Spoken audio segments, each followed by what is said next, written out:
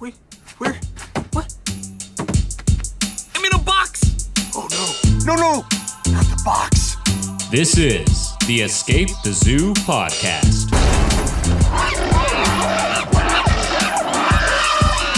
With your host, Daniel Clark.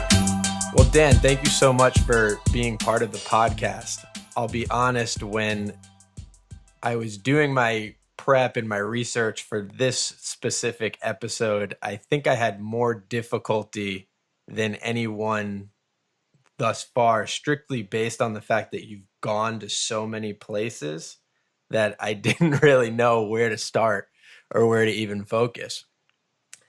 But you have been to Antarctica, which is probably the number one destination on my bucket list. And if we can kind of start there, I'd love to learn a little bit more about how you even begin to go to Antarctica. What is the process like? Why were you going? And just kind of how somebody could even begin to take that journey. Well, the journey to the Antarctic actually starts at the North Pole. Funny as that may sound. For many years, I was director of photography at National Geographic Traveler.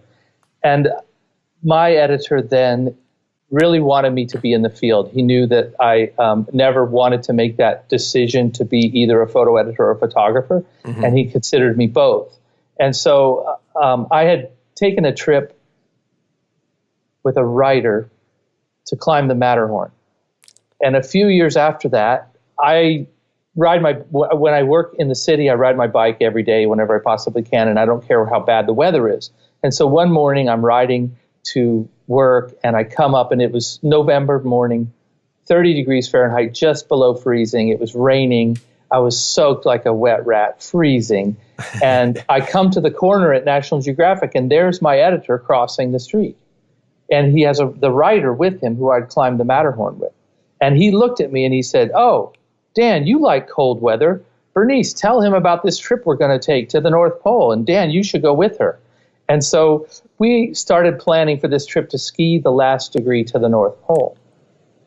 And you get dropped off by the Russians at 89 degrees north latitude, and then you spend about 10 days skiing. You know, the ice is moving south, you're moving north, so you could ski 10 miles in a day, and then you end up like drifting back 3 miles every night when you sleep. Right. And we made that trip, and it was just a sort of, a trip of a lifetime. It's like the best winter camping trip I've ever taken.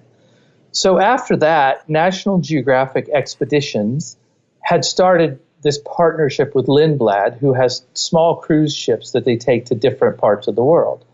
And Lindblad, when they founded the partnership with National Geographic, they made a requirement that a National Geographic expert would be on board every major voyage. And so when they would go to the north, Svalbard, where I just got back from, they needed somebody who knew about the north. So I was a natural person to go lecture about photographing the Arctic Ocean. And I go on board the ship to help people take better pictures, lecture about my photography, and really just sort of turn those that are really interested on the voyage in photography, then I'm a resource for them to get better and have more fun with their pictures. So I can't even count the number of places that I've been as a photo expert. I usually would go just about once a year, and I've been to the Arctic all the way from Norway over to Greenland, trips to Alaska, Baja, Galapagos, and the last 3 years I've gone to Antarctica a bunch. And so that's how we get from the North Pole to Antarctica is that they think, oh, Dan knows a lot about cold weather. He knows a lot about photography. He loves helping our guests. He loves being on board with our guests. And so the expedition leaders they like to have me around. So when they make their schedule every year, about twice a year, they try to pick some voyage that I can go on. I'm trying my hardest to not jump in and ask questions because I think I've had like 12 topics that like my brain is rapid firing that I want to dig further into, but I'll let you continue here. Okay. So the Antarctic, so I think I've been to the Antarctic Peninsula 6 times, and 2 of those times was in combination with a trip to the Falkland Islands in South Georgia, and then down to Antarctica. And so when you hear photographers talk about Antarctica, and if you see their pictures, they have pictures of the colorful penguins and elephant seals and things like this. You're like, well, that's not really Antarctica. A lot of that's on South Georgia. South Georgia is really the dream photographic destination.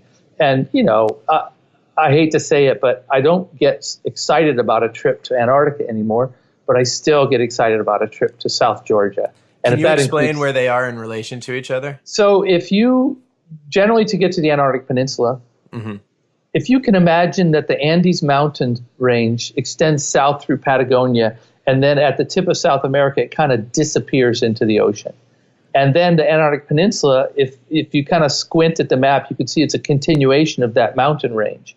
I mean, geologists would probably say, oh, no, that's not quite right, but it sure looks like it to me. And so then the Antarctic Peninsula is this curving peninsula, like an archipelago that just rises up out of the ocean and curves around into the Antarctic continent. So to get there you fly to Ushuaia, Argentina, and then you get on the ship there, and you cross the dreaded Drake Passage, which can have some of the worst weather in the world. I've been really lucky. A lot of times when I've crossed it, we refer to it as the Drake Lake, where there's just no heavy weather and it's not really terrible. When it has been bad, I'm really lucky that I don't seem to get seasick, so it doesn't really bother me. It's kind of strange when the weather gets bad on the ship on the Drake Passage. Then they put these ropes up at chest level, so you always have something to hang on to. And about 40% of the guests just like disappear, and you don't see them for 2 or 3 days as they're in their cabins dealing with the sea. I think if there were chest high ropes to stop me from going overboard, I'd probably stay inside too. And so that's the trip to the peninsula. If you're going to take a trip to the Falkland Islands, instead of heading directly southeast, you sort of head a little northeast, and you head up to the Falkland Islands. Falkland Islands is a real good place for a fuel stop. We usually stop there and visit, sheep farms and albatrosses just everywhere. Albatrosses. Oh, I love albatross. Yeah, and you get just so close to them, and then that's your jumping off point. You head over to South Georgia. So once you're in South Georgia, of course, usually you spend a lot of time visiting the sites where Shackleton ended up in order to save his men. And then it's kind of like reversing Shackleton's voyage. Then you leave South Georgia, you stop at Elephant Island, which is where he had left. I think they went off with 4 men in a boat, and I'm thinking it was 14 that they left on Elephant Island. And Elephant Island is about halfway between the Antarctic Peninsula and South Georgia Island. For those listening who don't know who Shackleton is, can you kind of give a quick update as to that journey? And Ernest Shackleton might be one of the most famous Arctic/Antarctic explorers. He's most well known for having taken a trip to Antarctica, and they decided to overwinter with their ship in the Ross Sea. The ice came in and actually crushed the ship, so they were left on the ice with no way to get anywhere. They hauled 2 or 3 lifeboats to the edge of the ice where they could get in, and they got as far as Elephant Island. Once they got to Elephant Island, they decided to convert one of the ships into a hut. They basically turned it upside down so that the men could sleep in the hut. And then Shackleton and 3 others headed off in a lifeboat that they had added a sail to. And it's one of the most amazing voyages in history because it was the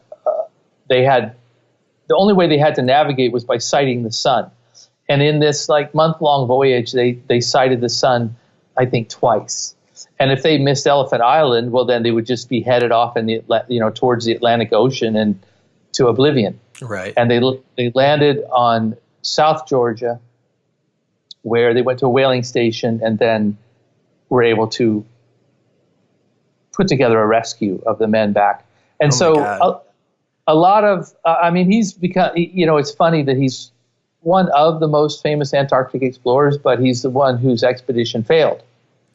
But there's a number of books been written about him, and the wonderful thing that everybody says about the boss, Ernest Shackleton, was that he did not lose any men. So everybody that started on the voyage, they made it back from that voyage. Oh, that's amazing. Yeah, and so that's why he's the legendary explorer. And so tourism to South Georgia and Antarctic is, because of his fame, a lot of it's about Shackleton stories and visiting where he went and seeing all the stops along the way. Have they made a movie on that yet? I'm pretty sure they have. There's at least 2 full picture books, and what's the photographer's name? That Hurley. I can't remember his first name. I can't believe I can't remember it. But anyway, there was a set of photographs made, that chronicled the whole thing. And there's an interesting anecdote about the photographs, that they had a bunch of photographs that they couldn't take with him. Hurley was shooting the pictures on glass plates. And in order to save the pictures, they had these tin boxes with little slots that would hold each glass plate. So once the pictures were developed, they would put them in the tin boxes, and then they would solder the lid on the box. And there was a bunch of plates that they knew they weren't going to be able to take with them. And Hurley and Shackleton didn't want anybody to endanger their life going and looking for them. Right. So they just smashed them and dropped them in the ocean. Oh, no. Why'd they smash them? They could have just thrown them in the ocean, and maybe we could have found them someday. Why did Brett Weston burn his negatives?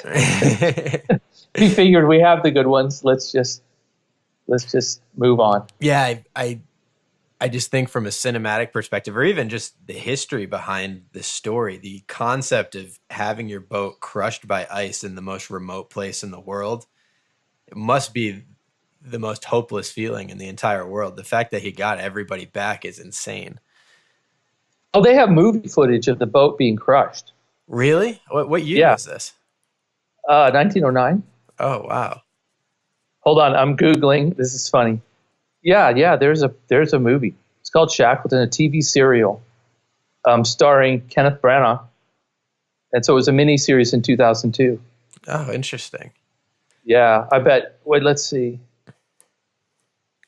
Yeah, and then so unrelated to the other issues was that Shackleton went back to South Georgia Island in 1922. He was pretty young. I don't think he was in his 40s, and he died of a heart attack. And so not only do you visit where he went, you go visit his grave. And then it's a big, everybody goes and they, have a toast to the boss. Oh, that's cool. at a place called Gutenberg in South Georgia. And so you drink a little whiskey, you pour a little on his grave. And oh, so they buried him there. Yeah. Wow. Jeez. I always am fascinated by the explorers who, way before any of this technology. I mean, me, I won't go out of the house if I don't have my phone on me with Google Maps, and these guys will go out and just be like, say goodbye to their wife and kids and say, hey, I hope I come back one day, but it's very unlikely. It's always amazing to me. Yeah, that's the hard part. So back to getting to South Georgia. So you go through the Drake Passage. To go to South Georgia, you head across the Southern Ocean to the Falklands, and then to South Georgia. Actually, the worst weather I've ever been in on a ship was between the Falklands and South Georgia. Okay. And so if you look at my website, there's a video that opens up the website. And that's one of my friends and I, we decided in the middle of 7-meter seas and 70-knot winds, we thought it was a good idea to, go on the top balcony of the ship so that I could get a picture of the ship crashing through the waves. And I've seen that video, and you're that's a crazy video. I'll link it in the show notes for everybody listening, but you have some gonads on you for going and doing that. No, thank you. It's the funny thing about the splash video was at the end of the video that I do this quite a bit, but I actually have a video of that. And what's on my website is not the video, but it's an animation made of a sequence of still frames. A lot of times if I think something really is interesting and I want it to look, dangerous or whatever, I'll just hold the motor drive button down and rip through the frames. And then when I get back, I'll select those frames out, put them into Photoshop and make an animation out of it. And it's kind of fun because you can duplicate, you can stutter step the thing. And I was using my Fuji camera, and I had a 16 to 55 millimeter lens on the camera. And every time that the ship went down into the waves, it would send up this big splash. It was like, somebody threw a bucket of water on you every time. And there was no protection on the camera. And I thought, well, I don't know, maybe it'll break, but there's another one in my room. Right. So I'll just get another one. And now I had some sort of unrelated problem on that lens. And I sent it to Fuji, and they sent me back this note that was like, beyond economical repair. And I said, well, it still works. And they said, yeah, but there's saltwater damage on the motherboard, and we don't know how long it'll work. You really should get a new lens. And I said, I'll just send it back. I'm sure it'll be fine. Yeah, it's working for me. Leave me alone. Yeah. But that was, 2 years later, that kind of got me in the rear end. I am being a little more careful with my gear. I used to just leave the camera hanging around my neck. It didn't matter how bad the weather was, because I know from looking at other photographers' work that when they're doing outdoor type of assignments, there's nothing more frustrating for a photo editor than to look through somebody's picture and realize that, their camera was in their backpack. And when they stopped for lunch, or when they set up their tent, or when they were walking around in the morning, they got the camera away. And there's just not enough pictures of the voyage along the way. Right. And so, no matter what, I'll always have a camera around my neck. But I did just order this little sleeve, that somebody makes out of fabric, that I'll put it on my camera. Yeah. I'm always surprised at how resilient some of the higher end cameras are. I mean, just the fact that you had a camera out in that weather and it survived up to this point is mind blowing to me. Yeah. Meanwhile, I have an iPhone that if I go out in drizzling rain for 30 seconds, the whole thing breaks and I have to spend another $1,000 getting a new one. Yeah. The ones I'm using the Fuji X-T2s primarily, and they're really robust. They seem to handle it very well. So that was in between the Falklands and South Georgia. Yeah. Worst weather you've ever seen. And how long are you in that weather for? Is that a multi-day journey, or is that for a few hours? It seems like a full day, and then, you're sleeping. So it's probably 30 hours to make that passage across there. Okay. And so once you get to South Georgia, you were saying that you're only excited now if you can go there versus Antarctica. Why is that? Well, the animals just have no concept of the fact that you're there. They're at the beginning, when people would go to South Georgia, it was just like wholesale slaughter of whales and elephant seals for their oil. And like the Antarctic fur seals. The Antarctic fur seals have the population crashed so long ago, in the 20s, that it's been almost 100 years now since anybody's hunted them. So they have absolutely no fear of humans. That's amazing. If you're there at the time when there's Antarctic fur seal pups, it starts to get a little annoying because they just won't leave you alone. But if you just, you're not supposed to approach the animals. But if you just sit down in one spot, the next thing you know, there's like 2 Antarctic fur seal pups licking your camera lens and trying to sit in your lap. Oh my God. And so it's the same thing with the king penguins. The real photogenic penguins are the emperor penguins and the king penguins. The emperor penguins are, the ones that were in that movie, March of the Penguins. And their nesting site is just way on the other side of the continent, in a place where almost nobody goes. The king penguins are up on South Georgia and other higher latitudes. I mean, it's interesting. I think I should look it up, but you think about Antarctica being the South Pole, but when you're in South Georgia, you're nowhere near the South Pole. It's further north than the tip of South America. But that's where these king penguins live, and they're the ones with the yellow patches, and they look like they're wearing a tuxedo, and they're about waist high, and so they're really fun to look at. So, oh my God, yeah, I always wondered how much of the fear that animals have of humans now is because of persecution over the years versus just an instinctual kind of protective behavior. I always dream of going back to like 1200 or when the Native Americans were inhabiting all of North America, and just wondering if you had such a more symbiotic relationship with nature. It must have been amazing. So going to a place like South Georgia or even the Galapagos, I heard, is a lot like that, where the inherent fear response isn't there from humans or for humans. Just sounds amazing. Yeah, no, it's definitely that way in the Galapagos as well. So, how big do those elephant seals get?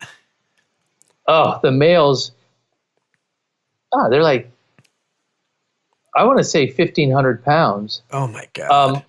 Now that's one, like, you don't want to mess with a male elephant seal. They set up sort of a harem, and then they'll have their, females around them. This year I was there early, what we considered early in the season, which was November,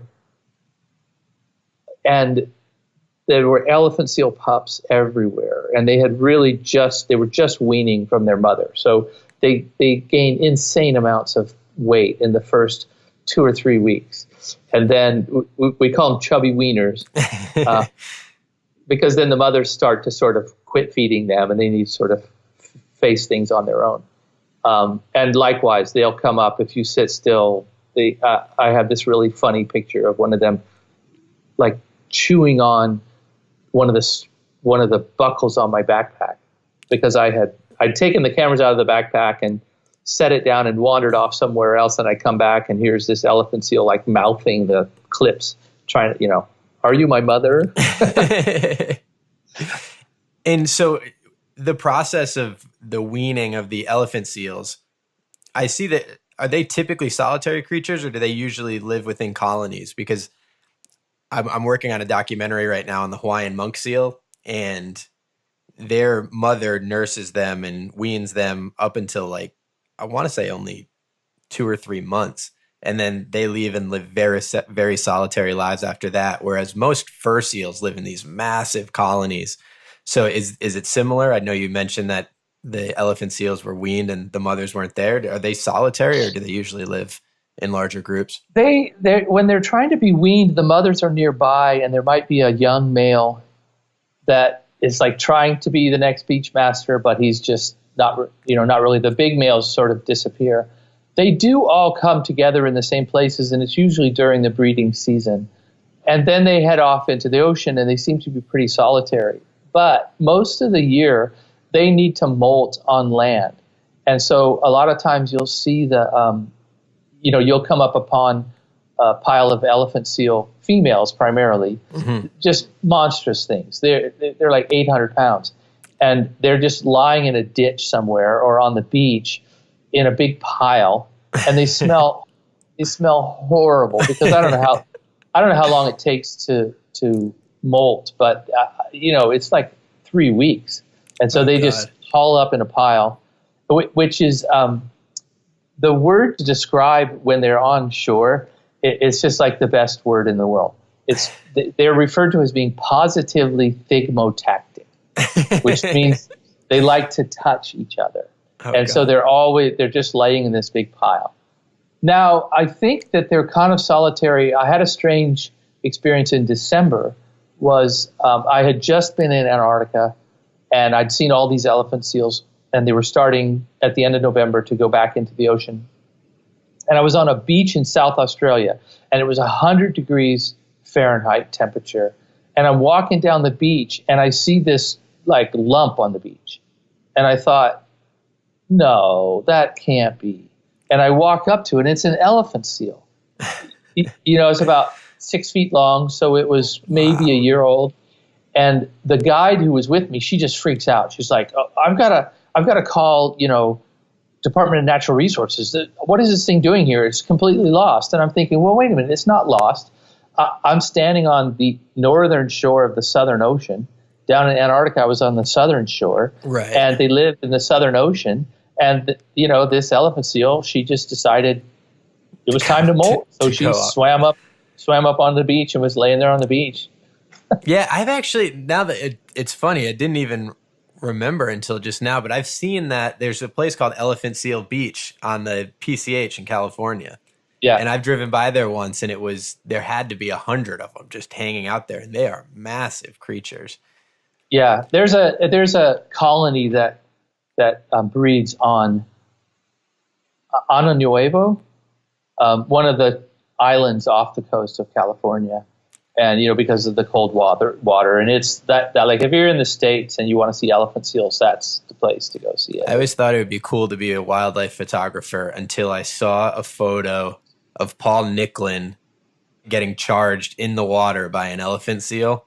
And it had to, like you're saying, 1,500 pounds. He said he almost got killed by it. He was like, that's one of the moments when you realize you're just to kind of be a little err on the side of safety a bit. But oh my God, looked like the most terrifying experience I've ever seen. Yeah.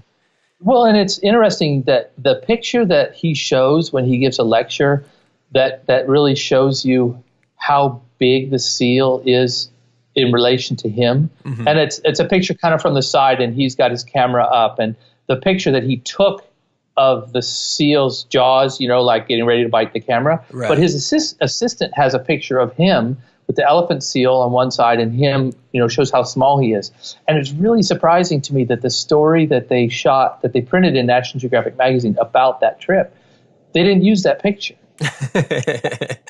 and when he gives his talk, to me, it's just like the highlight of the whole talk. You're like, oh my goodness, look at how big that thing is. And he must have been pissed when they didn't use it. He's like, I almost got killed for this photo. Well, they used the one, that he was taking when that photo was shot. So I understand. They probably, it was like, you sit down and you have to choose. Right, for sure. So back to Antarctica, is when you go to Antarctica itself, is the reason it's less exciting is just there's a lot less wildlife? It's more just a barren place in general? It starts to feel, it's like incredibly weird to say this. I've probably been there too many times. Everybody listening has the biggest eye roll going on in the entire world right now.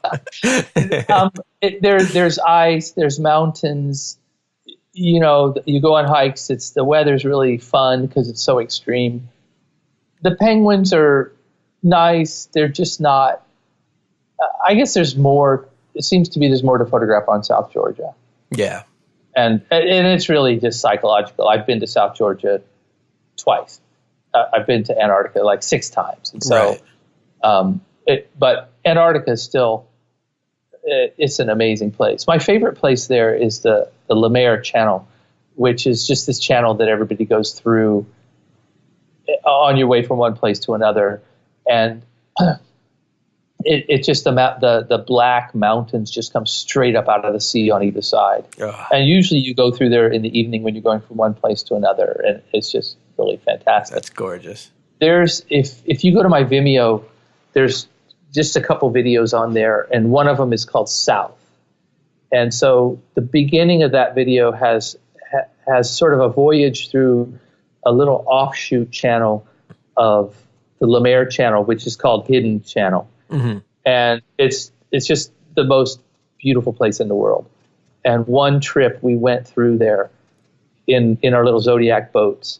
And that's one of those just like top experiences ever. And so check out that video. You'll see what I'm talking about. And every time since then, I went past there 3 times since, and I would always be on the bridge. And I asked the captain, I was like, hey, can we go through, Hidden Channel? And he's like, no, that's crazy. You can't go in there. There's this cornice that sort of overhangs the channel. Mm-hmm. And in past years, different captains have been comfortable with taking guests in there. And now the general consensus is that you just don't go. Man, well, at least you got to do it before everybody started getting cold feet. Yeah. I read an article that you had done with Fuji on one of your trips to Antarctica, and one of the questions they asked you was kind of your approach to photography when you get to Antarctica and South Georgia, and how you shoot with a different lens than everybody else there. Can you talk a little bit into that philosophy and kind of talk a little more of the specifics of that story? It's really easy to go to Antarctica, particularly South Georgia. And you, like everybody has their 1 to 400 millimeter lens, and you shoot these portraits of the penguins. And if you're there at the right time of year, you've got like the penguin and the little chick sitting between their legs, and isn't this amazing? And what I would call portraits of penguins. And I've just seen it so much. And I'm not going to say I don't do that. Right. I used to always travel with, when I went to these wildlife places, I would travel with like a Nikon 300 f2.8 with a 2x converter. So I'd have, 600 millimeters. And, I don't even, now the longest, I just travel with my little, what's considered a consumer Fuji lens, 55 to 200, which, on the crop sensor camera, that's like 350 millimeters or whatever. And, that's fine. It's easy to get wrapped up with that telephoto lens to shoot in like the same picture that everybody else took.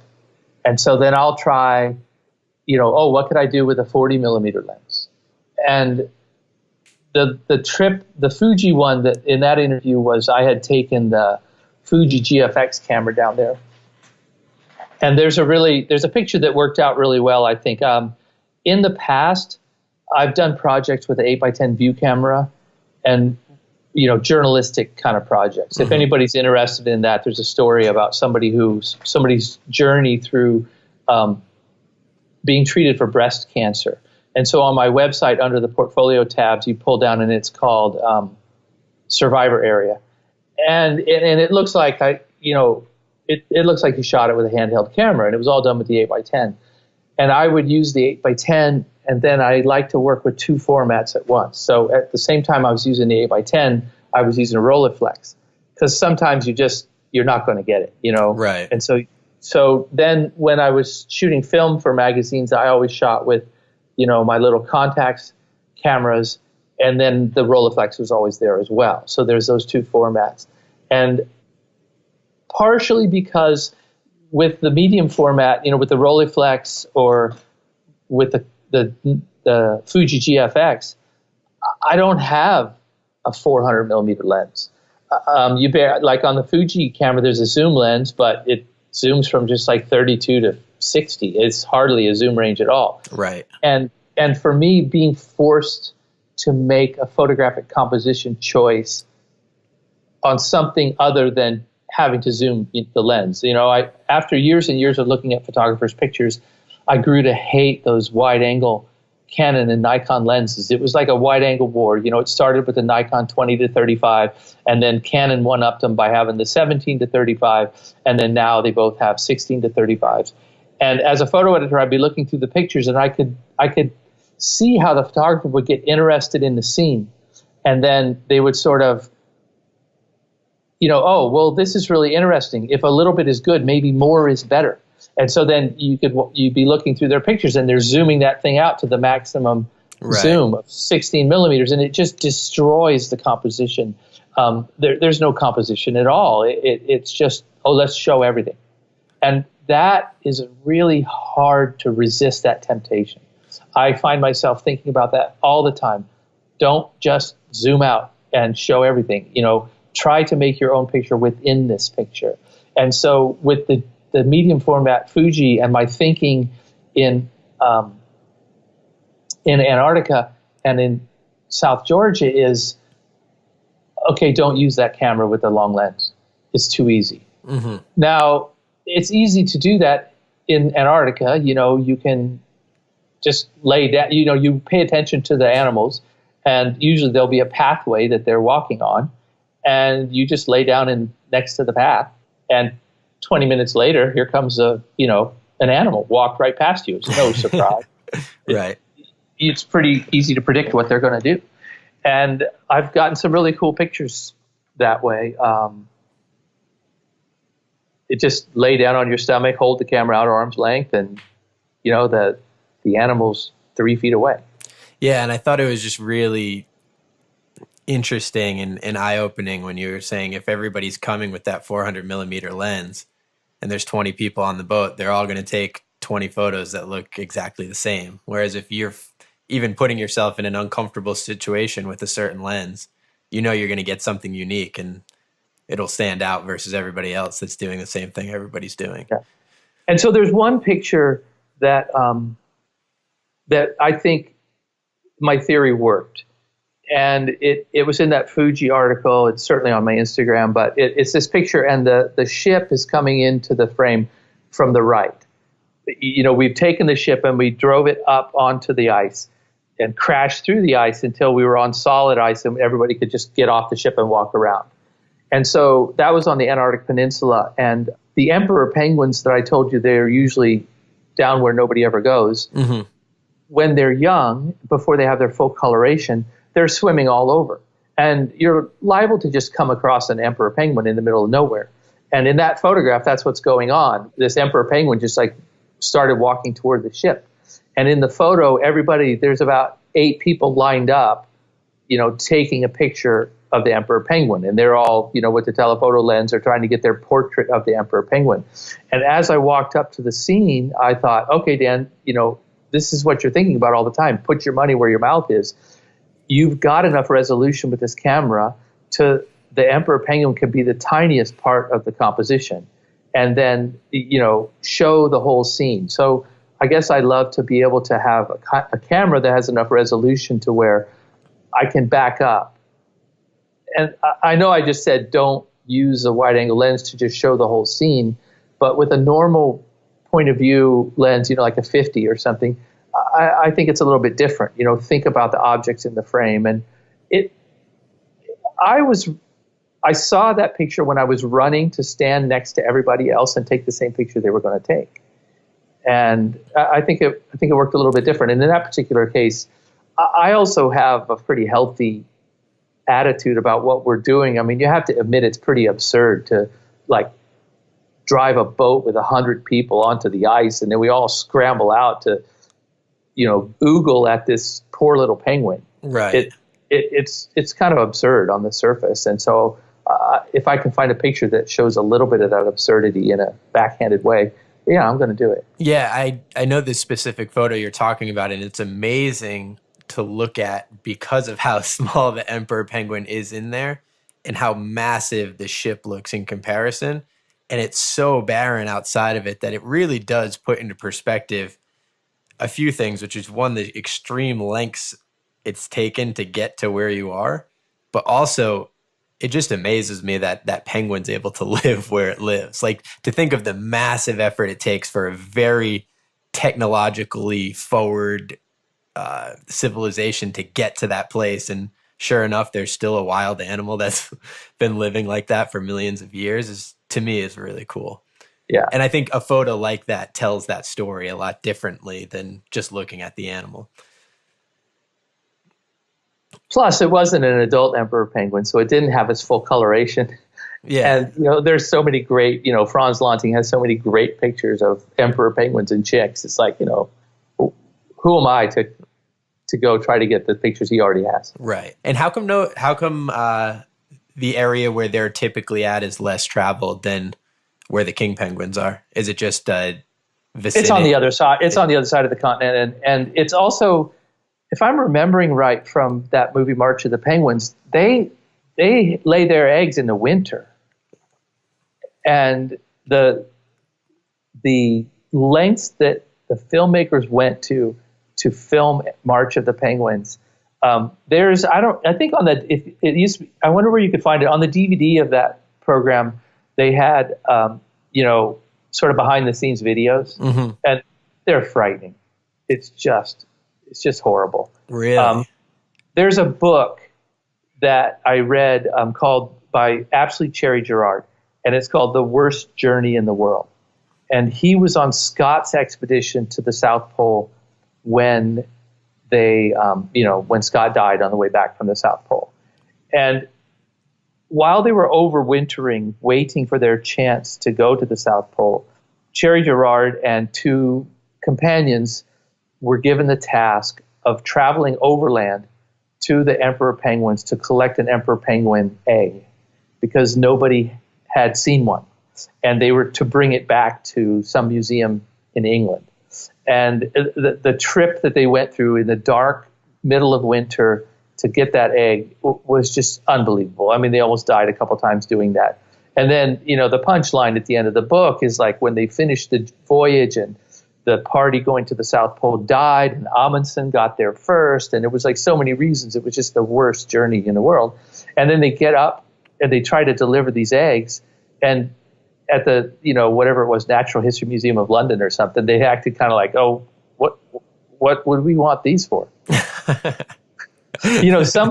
Somebody thought that by studying an emperor penguin embryo, that they could gain some insight into the evolution of human beings. I guess because penguins stand vertically, it's like the most ridiculous notion in the world. But they went to try to get some eggs. Yeah, and I don't know, from an outsider looking in, back in the day, if nobody had looked at one before, I think just for the sheer fact of its novelty, you would think that the Natural History Museum would be interested.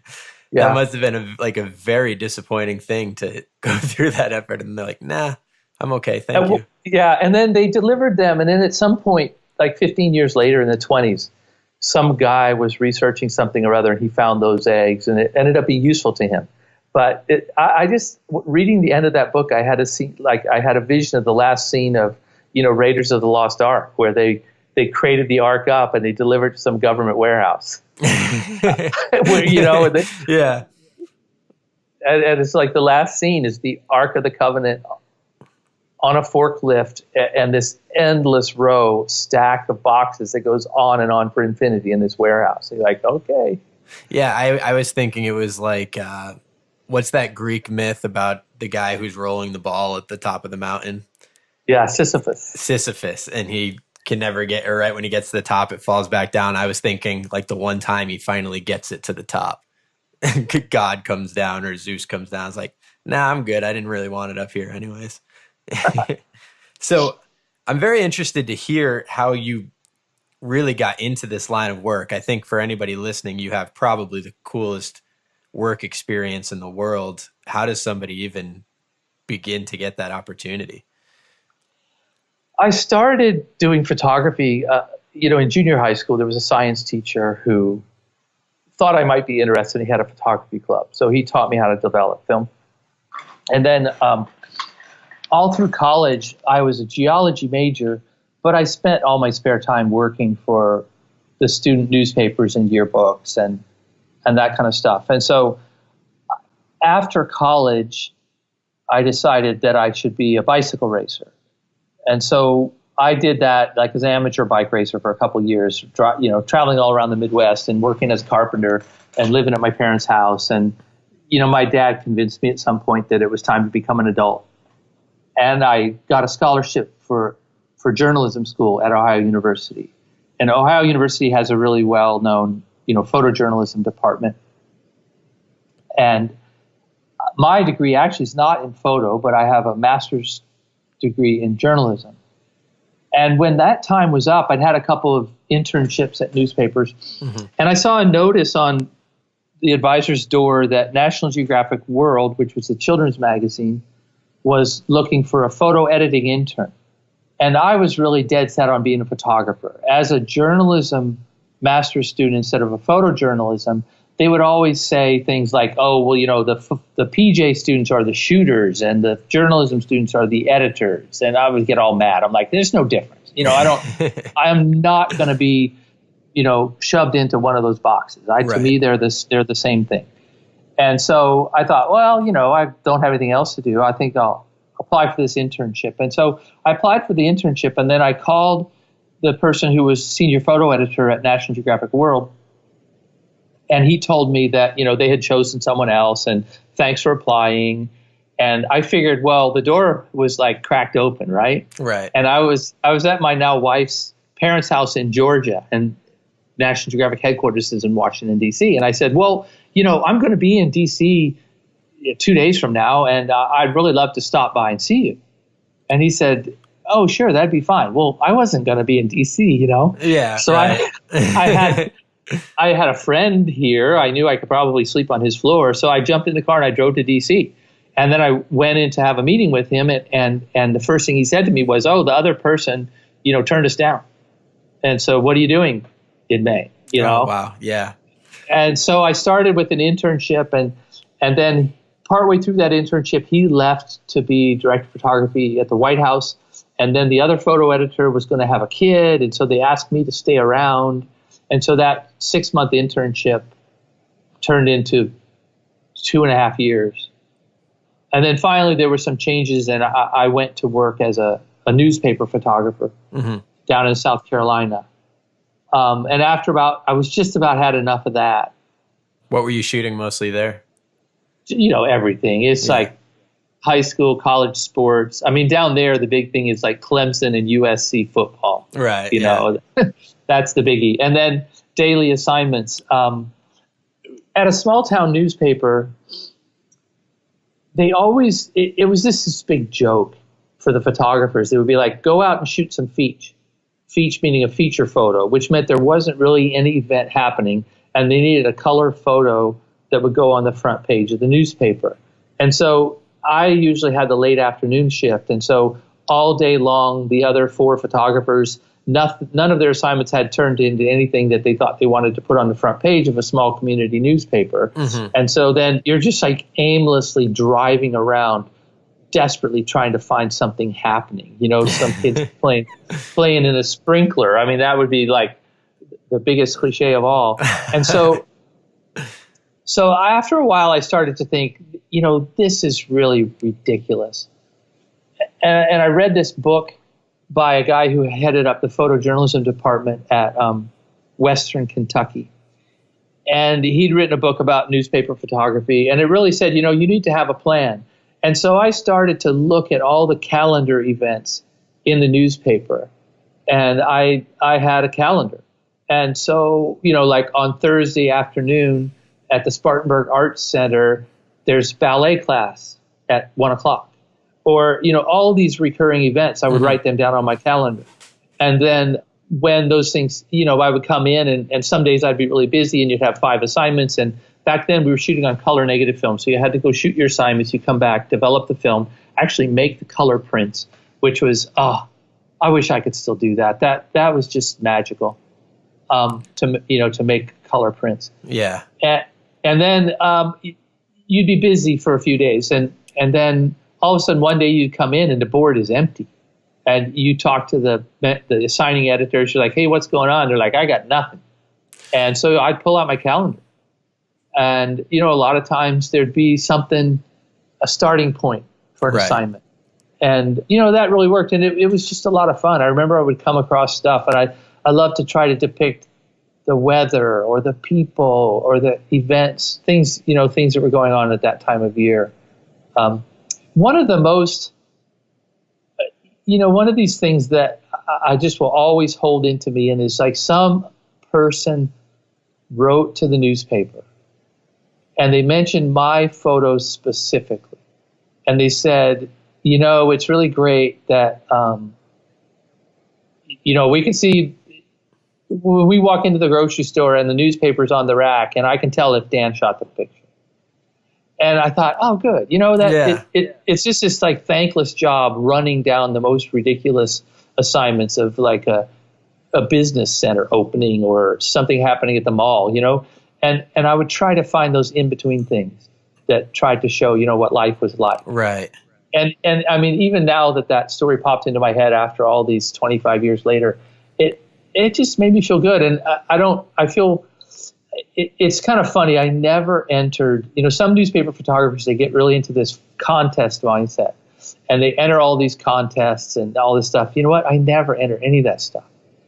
And I mean, part of it's because I was lucky. My first job was at National Geographic, and they liked me enough to where they pulled me out of oblivion at the newspaper in South Carolina because they needed a photo editor, and somebody called up and they said, hey, would I consider coming back to DC? Mm-hmm. And I did. And so, it's fine for me to say, contests are a waste of time. I never enter them because, I never had to, right? Right. Yeah. and there's these, there's those little things though. Instagram is the same way a little bit. You try not to get too wrapped up in that. I mean, my following count is really modest compared to all my friends because they they're continually posting on Nat Geo and Nat Geo Travel Instagram, and they get these hundreds of thousands of followers. And Yeah. I don't have that, but it's to post these pictures up and see how people react to them. It's really surprising how people react. I mean, unfortunately, the pictures that I think are the best, or that really were different or said something, like it's just crickets. Nobody likes them. And you post this like golden light sunset on the Lincoln Memorial, and you get hundreds of likes, 1,000 likes, and I was like, I remember giving a talk about using Instagram and Snapchat for marketing travel. And then at the time I said, it's kind of like, is Instagram Hallmark? Does it have to be all these pretty pictures and you want to swim upstream? It's like not using the 400 millimeter lens. Yeah. Are you strong enough to just do what you think is best? And I'm not. I'll post a penguin picture every now and then, so I know that my name will rise in the algorithm for a few days, and then I'll go back to my more quirky pictures if I can. But then you get really surprised sometimes, because that picture that we talked about with the ship and the emperor penguin, I thought that penguin is so tiny, there's no way this picture is ever going to work on Instagram. But I posted it anyway, and everybody just went nuts for it. But and the ship is quite dramatic in that, I have to say. And so, maybe that was about. So Instagram is like that lady writing into the newspaper about my photos, but that's the one praise I got that I'll remember for my whole life. Well, I think it's a natural byproduct of placing value on the number of likes you get, which everybody does now, which is you're positioning a picture to appeal to the most broad audience possible. Whereas a lot of the best art isn't loved by everybody. It's really kind of meant for a specific demographic. Like I think of some of my favorite movies, like Lost Highway by David Lynch or something like that. That's not something that you're going to play in a mass movie theater and people are going to be obsessed with. But to me, I think it's one of the most brilliant movies ever made. So yeah, I think when people attribute their own self-worth or even the worth of their photos based on the number of likes that it gets, it's inherently like a wrong equation to be focused on. Yeah. I have to, that's one of the things I remind myself all the time too, is when you're taking a picture and making a composition, is to like not give it away. It's so easy to sort of like be obvious. And I think about old movies that I've loved too, and the ones that I like are like at the end, it was like really ambiguous. And I think, can I tell a story like that? Could I be strong enough to do that? And so to get back to photographic style, I don't want to call it technique. I mean, the way you photograph things. So for me, the Rolleiflex was this magical box that I didn't have any control over it. It had a normal lens. It had a square aspect ratio. A lot of times I would frame up the shop that camera and I couldn't fit everything in. So then I had to solve that problem compositionally. How much of this do I really need to show? Not, what's the iconic part of this scene that I must show, but I don't have to show the whole thing. And there's some photographers that I really, admire for their bravery for doing that stuff. There's somebody who I've never met her, and I was just having a conversation with somebody last week and reminded me of her existence, Carolyn Drake. And she lives in Georgia, but she's photographed for National Geographic, and she does a lot of, pictures of refugees and things like this. And she travels with a very small photo kit. I read somewhere, I think that like a lot of her photos were taken with like just an inexpensive 35 millimeter lens. And there's another photographer, Raina Effendi, and I think she still does a fair bit of work with a medium format, camera with one lens. And a photographer who worked for us a lot at National Geographic Traveler, John Koenig, I noticed that a lot of his photos were always taken with the same lens. He would use, what camera did he use? He was like a Mamiya RB, and with on that camera, 6x7 normal lens is about 100 millimeters. and everything was shot with the same lens. But I asked him about that one time. He goes, I travel with a wide-angle lens, but after I haven't used it for a few days, I just leave it in the hotel. And he noticed the same thing. He said, when I'm taking photographs with a wide-angle lens, everything, he thinks he's spinning gold. Everything looks wonderful through the camera. And it's because, when you're looking at the world, you see it in a certain perspective. If you put a wide-angle lens on your camera and look through that camera, it's a very changed perspective. And so you think that because, isn't this interesting looking? So his point about that was when he got back and looked at the pictures, he felt like they were crap. And so when he was shooting them, he was feeling really good, but in fact, that was not the truth. Right. And so he figured a way, he was a master at, with a normal point of view, to vary your angle to the subject, your distance to the subject, your intimacy, up close, far away, middle of distance. In photojournalism school that they were teaching us, when you're doing a photo story, you need to have close-ups, middle distance, and overall shots. And the easiest way to do that was to think about, okay, so overall shots, that's my 24 millimeter lens. And close-ups, that's my 55 micro. And then distance shots, that's the 180 f2.8, And any Nikon users from back in the day will recognize those three lenses that I just mentioned. Right. Because that's what we all had. And but you can do the close-up, the middle distance, the overall shots. You can do that with one lens if you're thinking about it. And so I like to, I guess, tie one hand behind my back that way and force myself to limit the kit. Now, I'm not brave enough to only go out into the world with a camera and one lens. Usually I'm someplace at great expense to somebody, right. That's not me. And I'm not that strong that I would only do that. And so I'll have one camera with a wide angle zoom, one camera with a telephoto zoom, and usually a third camera. And depending on my needs that time, it will either be that third camera is used for video, or that camera has just like one wide to normal lens on it. Yeah. And so as I'm shooting, I try to constantly remind myself, okay, you got the shot everybody expected you to get. Now make your own picture. Yeah, that makes sense. I want to shift gears a bit now and talk a little bit on the opposite side of the world about the Arctic Circle. We've talked about the Antarctic Circle. Have you spent equally as much time up there? And do you notice a stark difference between the two? I think for the average layperson, you kind of like, oh yeah, both just cold ice sheets. Is there a bigger difference than that? Yeah, there's a huge difference. And the first time I went to Antarctica, I was really shocked. I looked at the map at the end of the trip and I thought, what? We didn't even get inside the Antarctic Circle. We weren't really very far south. Right. When you go north, there's like people living north of the Arctic Circle. There's towns in Norway that are north of the Arctic Circle.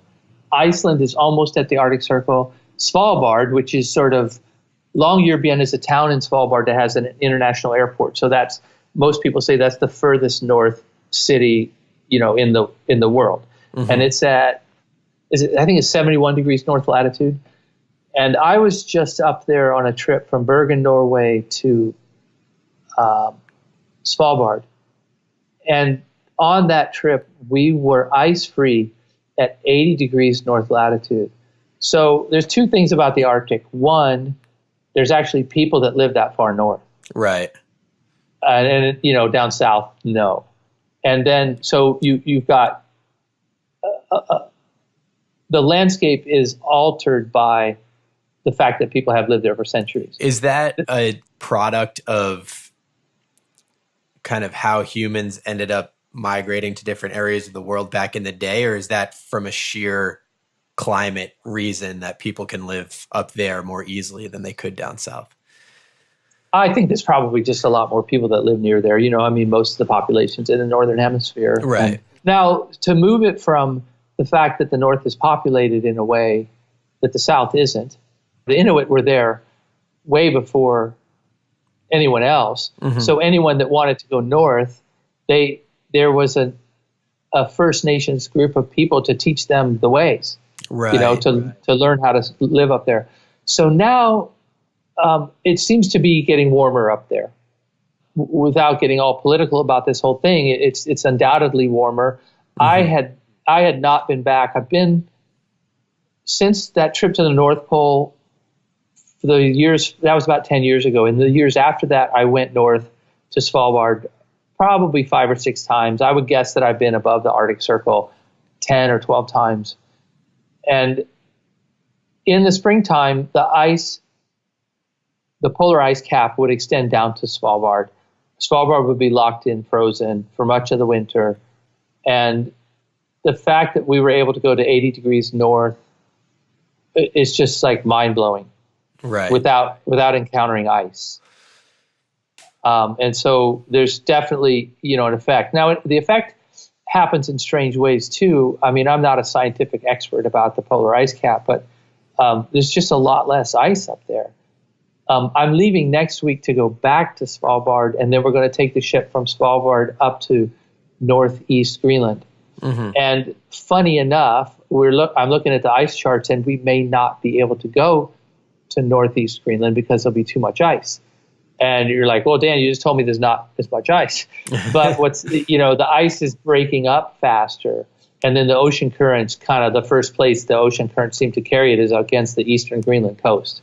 And so there won't be solid pack ice. It's broken up ice that's all packed together that we can't, get where we want to go. We want to go to a place called Scoresbysund, which is a beautiful fjordal sound. And yeah, hopefully we'll get there. There's plenty of other things to see, but what are you doing up there? So I'm going back to the National Geographic Explorer ship, and it's a trip from Svalbard to Greenland, then to Iceland. Will you see any polar bears? Well, that's the other thing about the ice not being there. The polar bears tend to be on the edge of the ice, mm-hmm. And if you're in Svalbard and you're looking for polar bears, in the wintertime, they're on land. They have to be on land to have their young, but they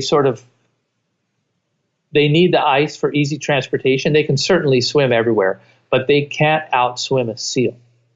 They can outrun a seal or they can surprise a seal. So they need to be on the edge of the ice where they're likely to find seals coming up onto the ice, and then that's how the polar bears hunt. Okay. So they need solid ice to hunt from. And, we can't.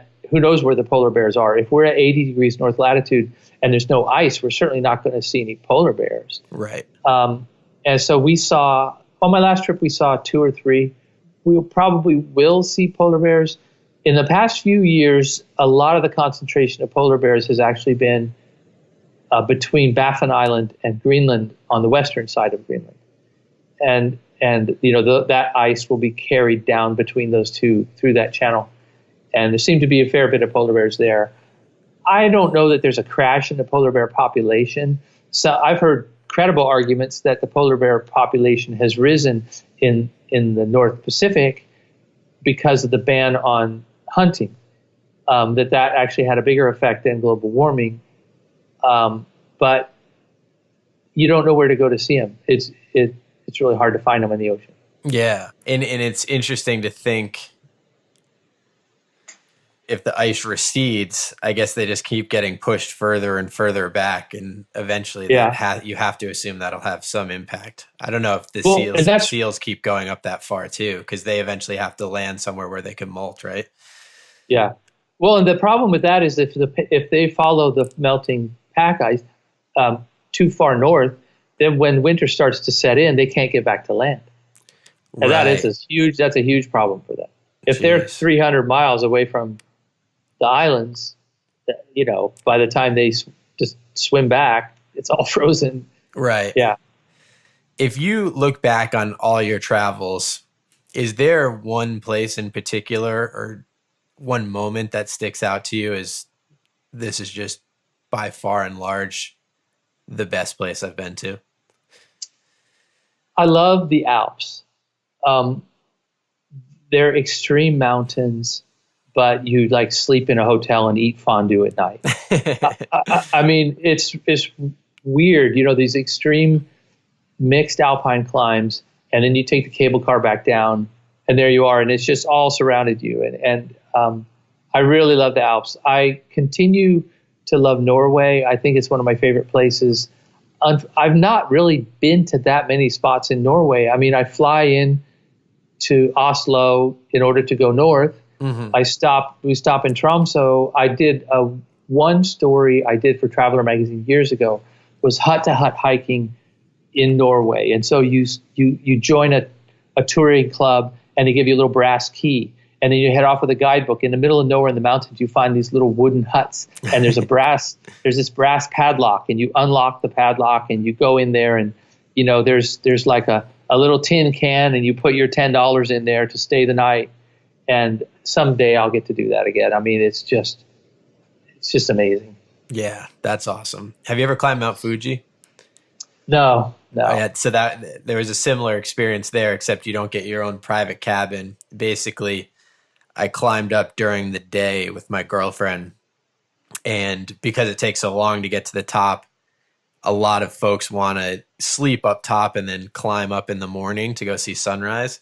So they have a series of these huts right at probably 90% of the way up, and will literally pack you like a sardine. I've never slept in such a small space with more people in my entire life. Like side by side, it was probably couldn't have been more than 500 square feet, and they probably had 75 people in there just lined up. And then everybody wakes up at 3 a.m, 4 a.m, and you can see everybody has their headlamps on, and it's just a line of people going all the way up to the summit. You get up there, and for us, it was actually storming so bad we didn't even see the sunrise, so it was kind of pointless.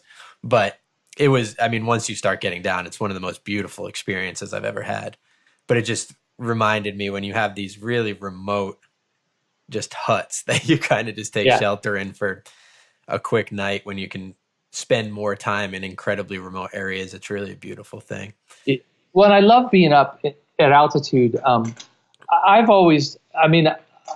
I've climbed what you would call tourist mountains. I've climbed Kilimanjaro and Mount Blanc and the Matterhorn, and there's a lot of people there with you, and it's not like it's not really dangerous or anything. But there's a writer, Tom Dunkel, who wrote a story years ago about climbing Mount Kilimanjaro, and he just kind of like nailed the feeling in words of being above the clouds. He said, looking down on the top of the clouds, he felt like he was wing walking on a 747.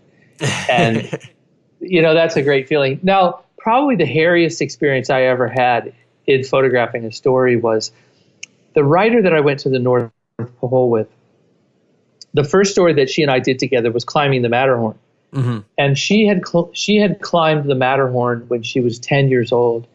And the guide who had taken her up the Matterhorn was still, alive. And when she turned 40 years old, she went back for her birthday to climb the Matterhorn again. And she tracked down that guide, and he was almost 80 years old. And he was going to take us up the Matterhorn. And so she went to do that, and my editor sent me to photograph her climbing the Matterhorn. And I got there, and I got off the train, and she met me on the train. And she said, Dan, Roni, my guide, fell off the mountain today and died.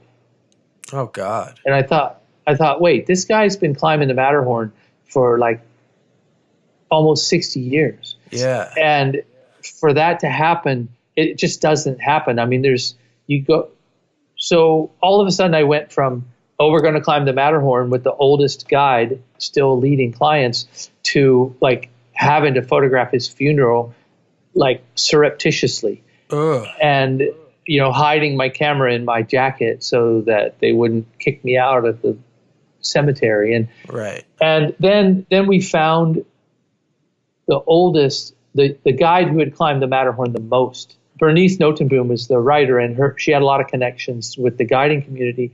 And so then we still did climb the Matterhorn. And we went through our training days, and everything was fine. And you sleep in the hut, and you start up at 4 a.m. And we went up the Matterhorn and came down. And I looked at what I had done, and I was only halfway through the second roll of film for that morning.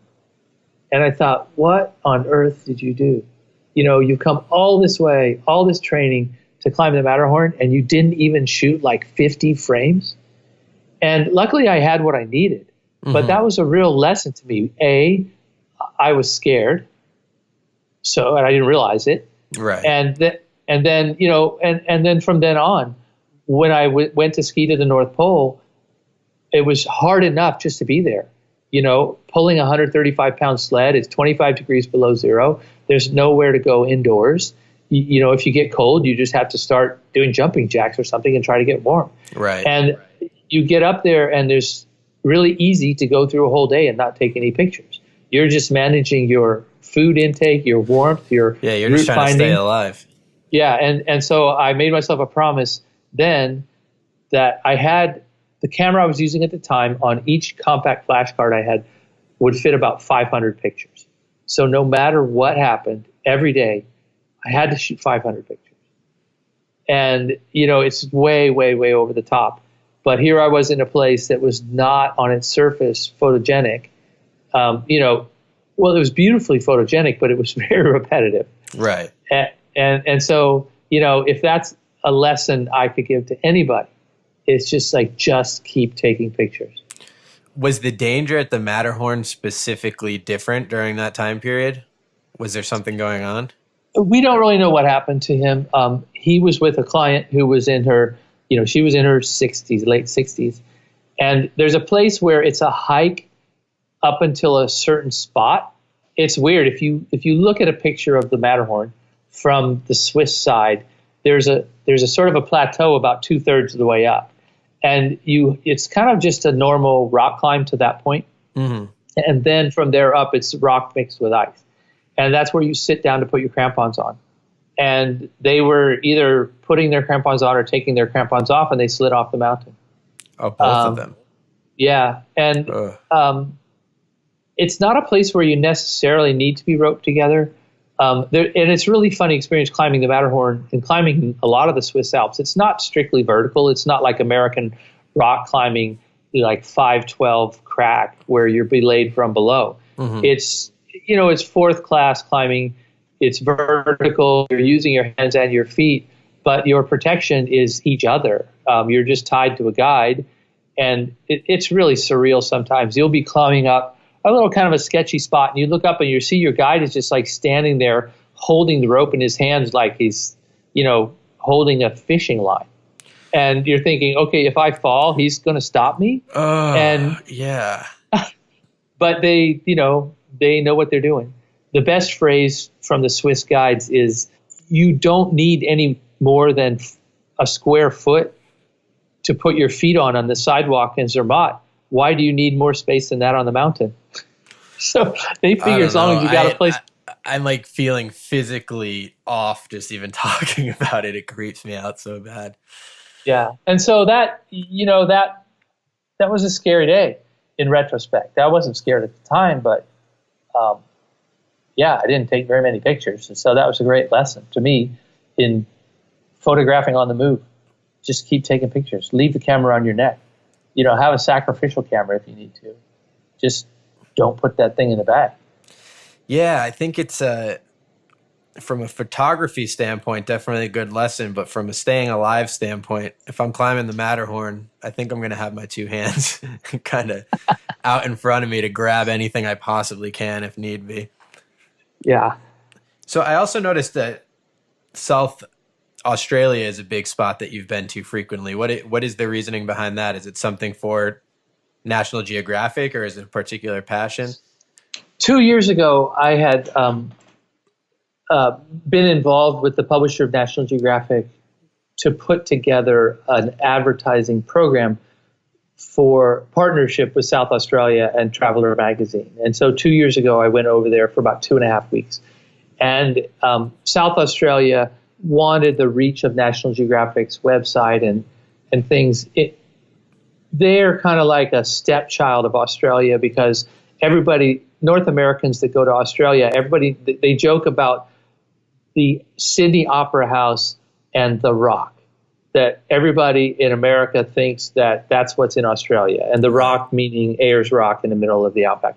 Mm-hmm. And so South Australia has this fantastic, all kinds of things. They've got 2 different wine regions that are within driving distance of each other. They've got the coast of the on the Southern Ocean, the most amazing coastline in the world. And they wanted somebody to just visit the place and tell their story. And so it was a great opportunity to do that. And then this fall, they wanted to renew that campaign. And I was really lucky. They called National Geographic Traveler, and I just work for them as a freelance basis now. Once a year, some project comes together, and they specifically requested that I go back. Oh, cool. They wanted to take me to the places I hadn't been able to visit the time before. One of which included swimming, getting in a shark cage and hoping to see the great whites. And so that's cool. That worked out. Did you see some? Yeah. I got a picture of a great white shark. What was that like? Was that a scary experience? I could imagine seeing that as a beautiful, if you're behind bars, I don't think it's too terrifying, but there's still something about being in an unnatural environment with an apex predator that must be a little tense. Yeah, that one, the worst was, am I going to get the picture? Because I had commissioned a writer and a photographer 5 or 6 years ago for Traveler to do a story on that exact spot. They had suggested this story of shark diving in South Australia, and we thought, oh, that's a great idea. Let's do a story for the magazine. And back then, we had enough money to commission this kind of thing. Mm-hmm. And I leased a boat for them for 4 days. That the boat was entirely theirs and the crew, and the only thing they had to do was experience this and photograph the sharks. Badass. And as I'm in, so there's only 3 companies that will take that have a license to take you to see these sharks, mm-hmm. and it's about a two-hour boat ride from Port Lincoln, South Australia, to the North Neptune Islands, which is where the sharks hang out. And as I got in the boat and we're riding out, and I thought, wait a minute. I hired the boat for 4 days in order for my team to get a story. And here I think I'm going to do this in like one afternoon. What, am I crazy? Right. I would have to be the luckiest person, on the planet to get this. And so right. I'm there with, 15 other tourists, and they have a cage, on the back of the ship, on the back of the boat. You go 5 people at a time down into this shark cage, breathing through a regulator, and you're wearing 9mm wetsuit. That's how cold it is. Wow. And you're just standing there thinking like, okay, I hope the shark decides to come see us. Do they chum it? Do they throw chum out? The particular outfitter that I was with, they do not have a license to chum, but there's 2 others there that do. Their selling proposition is, we don't chum. We play AC/DC music underwater. I'll take the chum. And then as the day goes on, you go down until you're too cold to stand it anymore. Then you come out. And, mm-hmm. And I didn't want to be that like pushy guy who felt like he was more important than everybody else. So right. People got into the cage, and I waited till like about the 3rd round, to get into the cage. And I'm in there, and it's getting cold. And all of a sudden, the gal next to me, she just taps me on the shoulder and points. And here comes this, medium-sized great white shark, and it just kind of swoops right in front of us. And I point my camera at it, hit the button, and, get like 7 frames. And then about 20 minutes later, it happened again. And I thought, we're off to a good start today. Well, I spent the next 5 hours spending as much time as I could in that cage, because by then everybody else was too cold and they were fed up and nobody would go in it. So I just like permanently in the cage waiting for the shark to come back, which of course never came back. Right. So I got my nice picture. I did have a bailout proposition, which was the same company leads these really neat tours where you go swim with the sea lions. And so it's a guarantee that you'll see sea lions. So if I didn't get the shark at all, then the next day I would just change my schedule and we'd go swim with the sea lions. Right. So you try to have some kind of backup plan. But yeah, South Australia is just a fantastic place to visit, from like ocean to outback and everything in between. It's I really saw nice. A photo that you were in a tuna cage or something, a tuna pit in South Australia. What was that all about? Yeah, so that was the same thing. They're really developing this very sophisticated mariculture, or we would call it aquaculture. And with tuna and kingfish. Kingfish, if you saw it in the market next to a tuna, you'd probably think, that's a tuna. But, right. The Japanese, different. They want this tuna and kingfish sashimi. So they put the tuna in cages in the Southern Ocean, between South Australia and Antarctica, where there's this never-ending supply of fresh current. So they will catch the small-sized tuna, and then they put them in these huge cages. And actually, the fishermen have to continue fishing to catch a herring type of fish that they feed to the tuna every day. And tuna will grow bigger in the cage, but the problem is the bigger sized fish will continue to get bigger, and the smaller ones won't get any food. So somebody has to go through the cages and sort the tuna by size so that any particular cage has all the fish are the same size as they can. And that job is called a tuna wrangler. Sounds and fun. So there's guys that go into these tuna cages and they have to catch the little fish. How do they catch them with their hands? They just grab them by the gill. And apparently, if you can get your hand on the tuna somehow, push it up against the cage, and you turn it on its side, it disorients it enough to where they can grab a hold and heave it out of the cage. Wow, that's bizarre. So somebody had a great idea, and they thought, wow, wouldn't it be great to offer this experience to tourists? And so they built a small cage with tuna in it that specifically is to let you go swim with the tuna. And so they give you little handfuls of fish, and you go into this cage, and you hold out your fish, and the tuna zoom along, and they grab the fish. Did you get one? Yeah. I mean, you can't grab the fish. It was like almost impossible even to get a picture of them.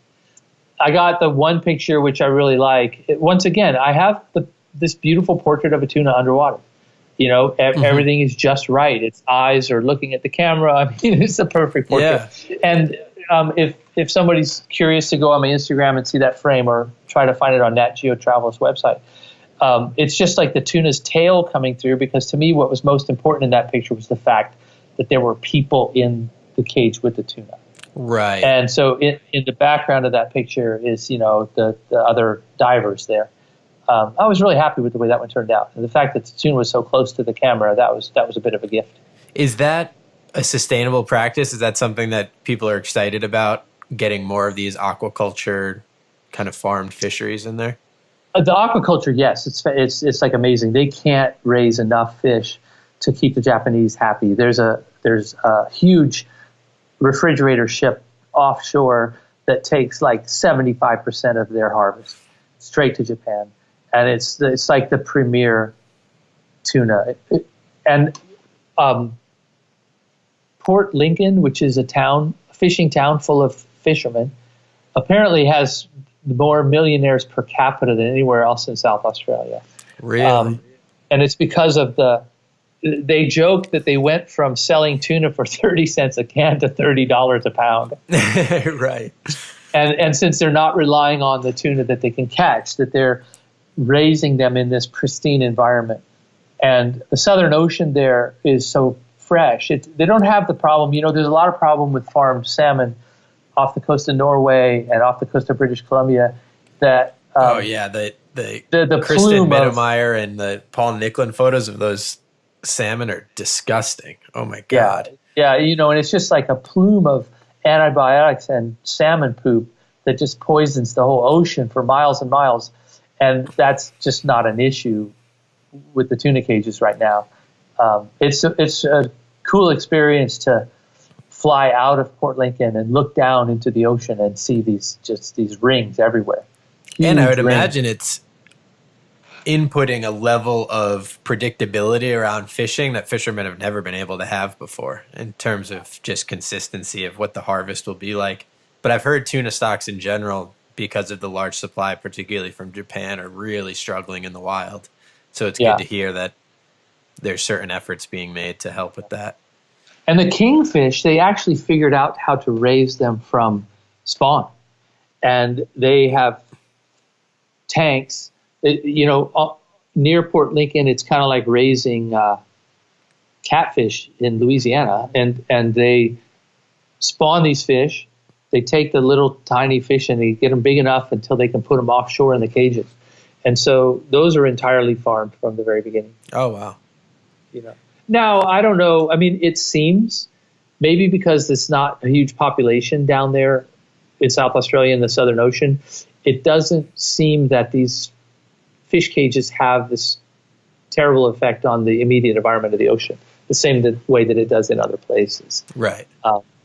And it doesn't seem like they have as much problem with disease, and so they don't have to use all those antibiotics because it's just this like endless supply of cold, fresh water constantly coming through. And then right next to that is a place called Coffin Bay. And Coffin Bay is where they raise some of the best oysters in the world. And Coffin Bay just has a tidal flow every day, a huge transfer of a massive volume of water in and out of there. And they have amazing oysters there. Oh, I love oysters. Yeah. Of course, it's not the original oysters. You know, those were overfished back in 1915 or something. And they once again had to figure out, okay, how do we get these little seed oysters and how do we make them grow? Mm-hmm. And they've refined that to a real art there. So I'm going to jump around a little bit more abruptly than normal just because I know we're getting a little close and I had a few more questions I wanted to hit and make sure we get to.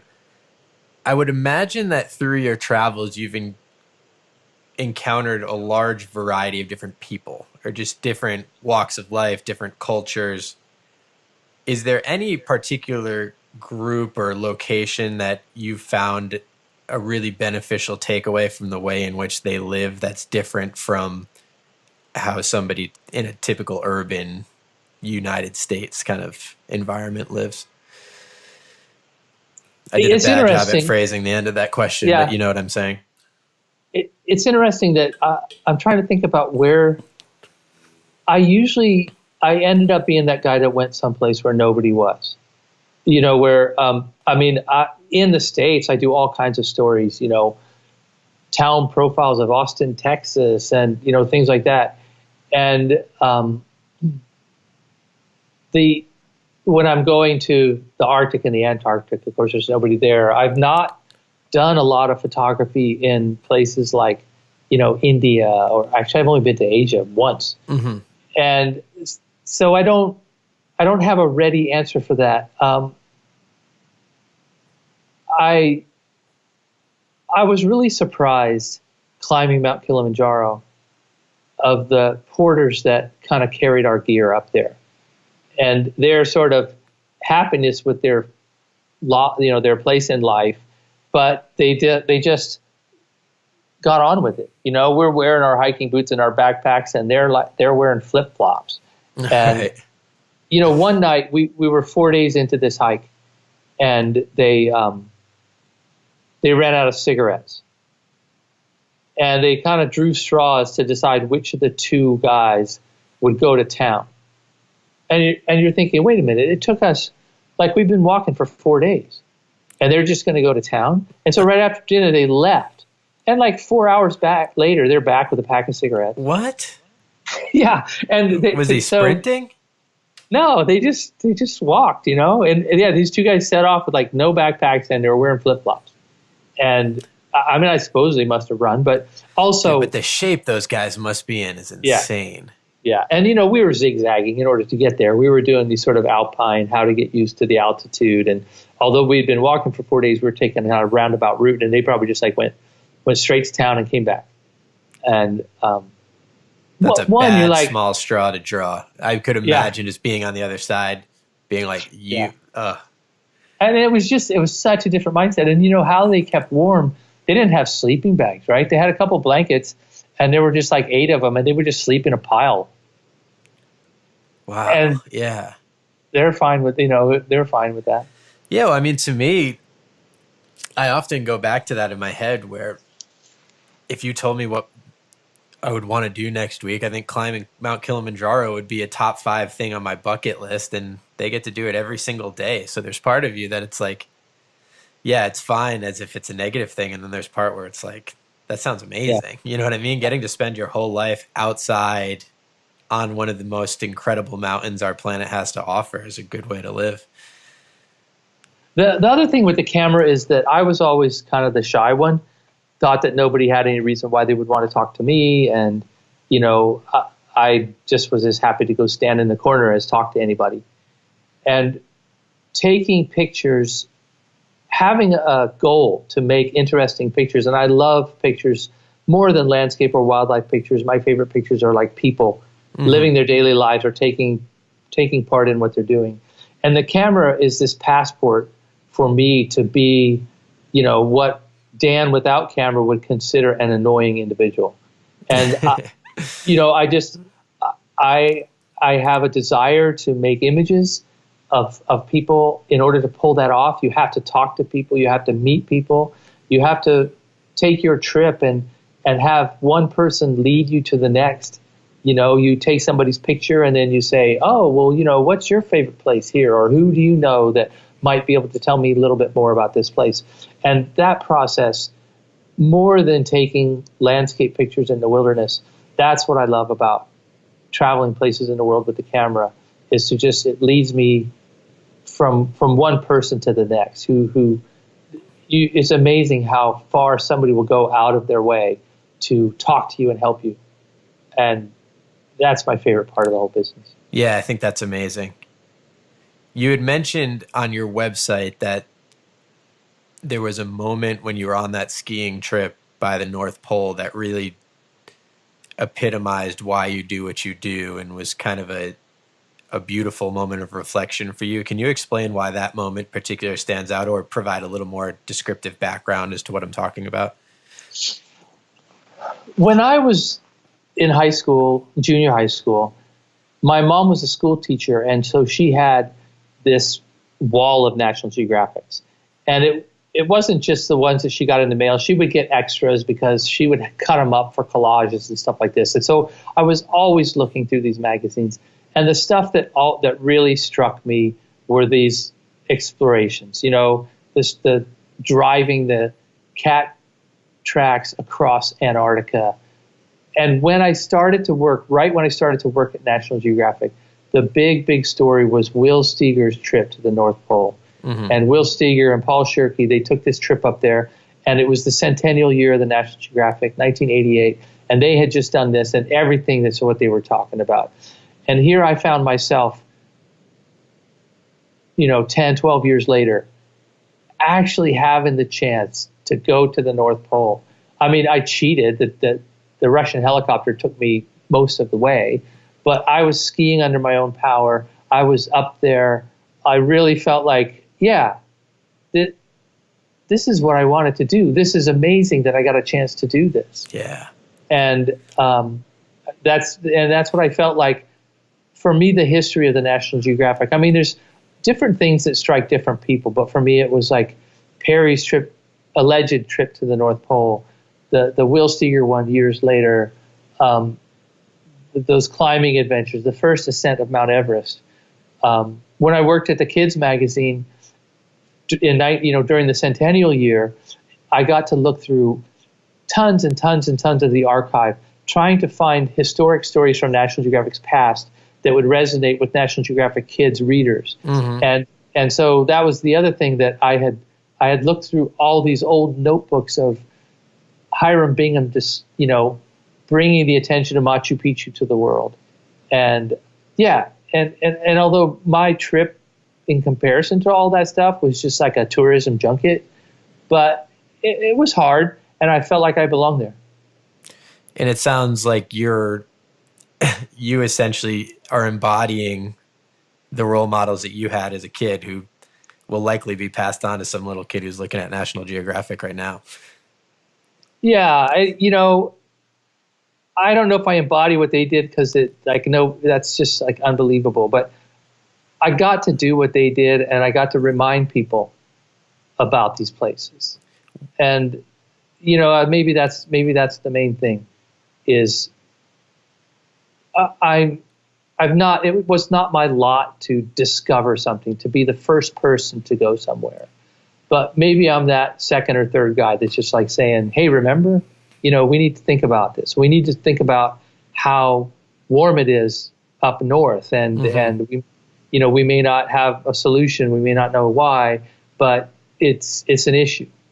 And I think anything that adds to the conversation at the end of the day, that's a good thing. I agree entirely. And I'm going to digress for a second, but you piqued my interest talking about Perry's alleged trip to the North Pole. Why is it alleged? Nobody knows that the only uncontested visit to the North Pole, that someone got there under their own power, the first one to do it was in 1968. And there's a British journalist. Oh no, why can I not remember his name? He wrote a book called The Noose of Laurels. And he wanted to prove that Perry didn't make it to the North Pole, so he skied to the North Pole. Oh, this is so bad. I know his name as well as my own. Anyway, I'll just keep talking. So this book, Noose of Laurels, is a fantastic book, and National Geographic commissioned him to write a story in the 80s about, did Perry make it to the North Pole? And he had Perry's chronometers. Back then, to navigate, you had a sextant, and you needed to have the exact time. So you had 2 watches. And if one of those watches broke, maybe you could use one. But both of his chronometers seemed to have been broken. And there really was not a lot of proof that he actually made it, other than his word. And before Perry's trip, Frederick Cook had skied away for a few days and came back and said he'd been to the North Pole. And everybody knew he was lying. But for some reason, there was a meeting at the National Geographic headquarters where some of the board of directors of National Geographic went into a room with some members of some politicians from Capitol Hill. And 45 minutes later, they came out of that room. And after that meeting, Admiral Perry had skied to the North Pole. Oh. That was their story, and they were sticking with it. And so even in the 80s, the National Geographic story, this is terrible. Google is my memory. Here I am, Googling the name of this writer. Noose of Laurels. If anybody's interested in Arctic travel and stuff, it's a fantastic book. Oh, awesome. I'll link that in the show notes. And so Noose of Laurels, the laurels refers to Wally Herbert's book, Noose of Laurels. So National Geographic, if you look at old copies of the magazine, there's these leaves around the yellow border, and they're oak leaves and laurel branches. And so Wally Herbert was equating the National Geographic, being sponsored by the National Geographic, as been having a noose of laurels around your neck. And so he, in the 80s, when they published his story that was exploring this issue, it's a pretty funny story to read because he lays out all this evidence that pretty much says Perry didn't make it to the North Pole. And at the end of the story, it just sort of says, did he or didn't we? Didn't he? We'll never know. And it was posted in National Geographic? Yeah. It's funny. I think they hired him to, write this story, and they were not brave enough yet to say they didn't necessarily doubted that he made it. And is there a consensus now? Oh, Wally Herbert thought there was, and you read his book, it's pretty convincing. I'm just surprised that National Geographic would post a article called Noose of Laurels. It's kind of a shot at them. I can't remember what they called the story, but what happened was they paid him to research this story, which ran in the magazine, and then his research from that story then turned into his book, Noose of Laurels. Oh, got it. I thought the article in Nat Geo was called that. Yeah. But when he dog sledded to the pole in 1968, and he was the first person uncontested to stand on the North Pole after getting there on his own power. Now, of course, the Russians took a dirigible there. There had been icebreakers there since. But once Perry said that he made it to the North Pole in 1909, people stopped trying to get there. Everybody's attention turned to the South Pole. And for generations, everybody figured, Perry made it. What's the point of me going? It's like the early 1900s version of performance-enhancing drugs. Yeah. What's the next 5 years looking like? Do you have a scope as to what people can look out for and expect? From me or from the world in general? From you, sorry. From me, I'm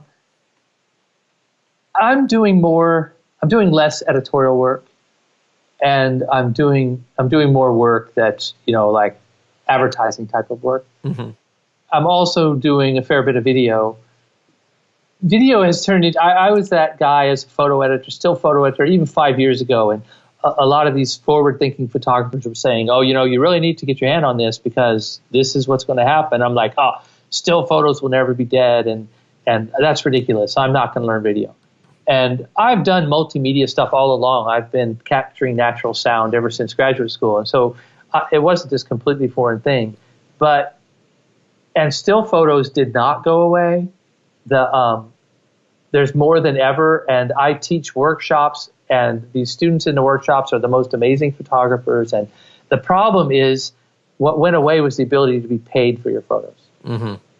And people are willing to commission you at certain times to shoot photos for them in particular, but to make a living as a still photographer, that stock photo income was a very important piece of the puzzle, and that's kind of gone. Right. And so we're trying to, figure out other ways to make a living. And video's coming into that a little more. Yeah, I think most people ask for video. I've done just a couple. I did a really cool video last year about a retired American airline pilot who wanted to learn to fly his biplane in the flying circus. And so that was my first, jumping in over my head. I love this story. Let me see what I can do with it. And that worked out really well. And I've got a couple other ones in the can that I'm working on editing. And I don't think that I want to do the videos exactly myself. Mm-hmm. I've got plenty of friends that are DPs and producers. I want to be familiar enough to where I can pitch myself as, being able to produce these things. And so Sure. In most cases, I would still be like the still photographer or the producer of a project and help marshal put the whole package together. For those listening who don't know, the flying circus is essentially these guys who go up in old school single prop planes and do some of the craziest acrobatics you could imagine. It just looks absolutely terrifying and scary. Did you go in any of those planes when you were filming this? Yeah, I definitely. I met this guy and he let me ride in his plane. And all along, the subject of my story, what I really liked about the story was from the very beginning, he says, I'm not your subject. These guys that I know, they're really, very interesting individuals. And I told him, I said, I don't know, I like what you're doing. And the most exciting part of the video in the center is actually a wing walker, which is not the subject of my story, but he's the one that's teaching this guy how to fly. And that's the frightening thing, is the wing walking. I mean, to see that. I'm torn between thinking walk out on the wing. Yeah, they walk out on the wing. And the real crazy thing, like walking out on the wing, I see them do that, and I'm torn between oh, that's nuts. Or, I mean, a 25-year-old Dan Westergren would have done that in a heartbeat. Are they strapped in? No. Wait, so how does it work? So they have a co-pilot. They're not. So there's the biplanes have two pilots, two seats, one in the front and one in the back. The front seat is the co-pilot seat, and it is over the wing. So you just step out onto the wing, and the wings are fabric covered, so you have to walk on the ribs. You have to understand that, but there's rigging there, so you work your way around the rigging. Then typically, once the wing walker gets to the struts at the end of the wing, they'll clip in there. So they have a harness and they clip in. And he even sits on the wing facing, with his back facing, and then flops down so that his upper body is hanging below the wing. So that's the first trick. The second one is he gets out of the seat and climbs on the top wing where there's mounted a pylon. And then he straps himself into that pylon. But from the time he gets out of the seat until he's strapped in the pylon, he's free hanging. So check out the video. In the middle of the video, he does a loop with this guy on top of the wing.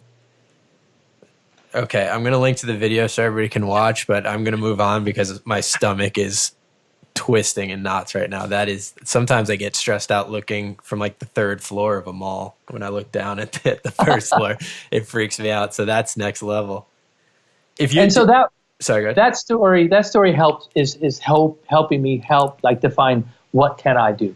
So there's the video, then there's the still portraits I shot of the interesting people that I met there. And, I can't do still photographs, a full story of the flying circus, and shoot video at the same time. Right. But I could shoot video and then grab that third camera and shoot a series of portraits. And so that's the new world is, if you've got a story that needs to be told, it needs to be told so that it can be used on different platforms. For sure. And that's my life. That's everybody's life right now. Well, that's awesome. I'll link all your social channels and the website in the show notes so that people can follow, because I'm sure everybody will be interested in the stories you're telling in the next few years. Is there a favorite book that you would recommend listeners to read if they're interested in adventure, travel, wildlife? The Worst Journey in the World is a great book. Noose of Laurels, likewise. What did I just read? I just read Jules Verne, 20,000 Leagues Under the Sea.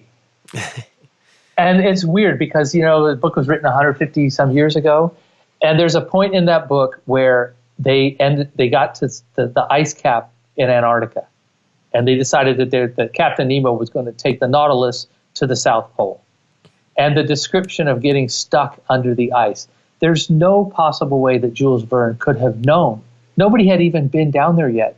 And the way he described it, I was down there. I'm like, okay. He did a great job. It's really fun to read that old book and think, he had no idea what he was talking about. Right. But he described it. Wow. I'll have to read that. I haven't read it yet. Yeah.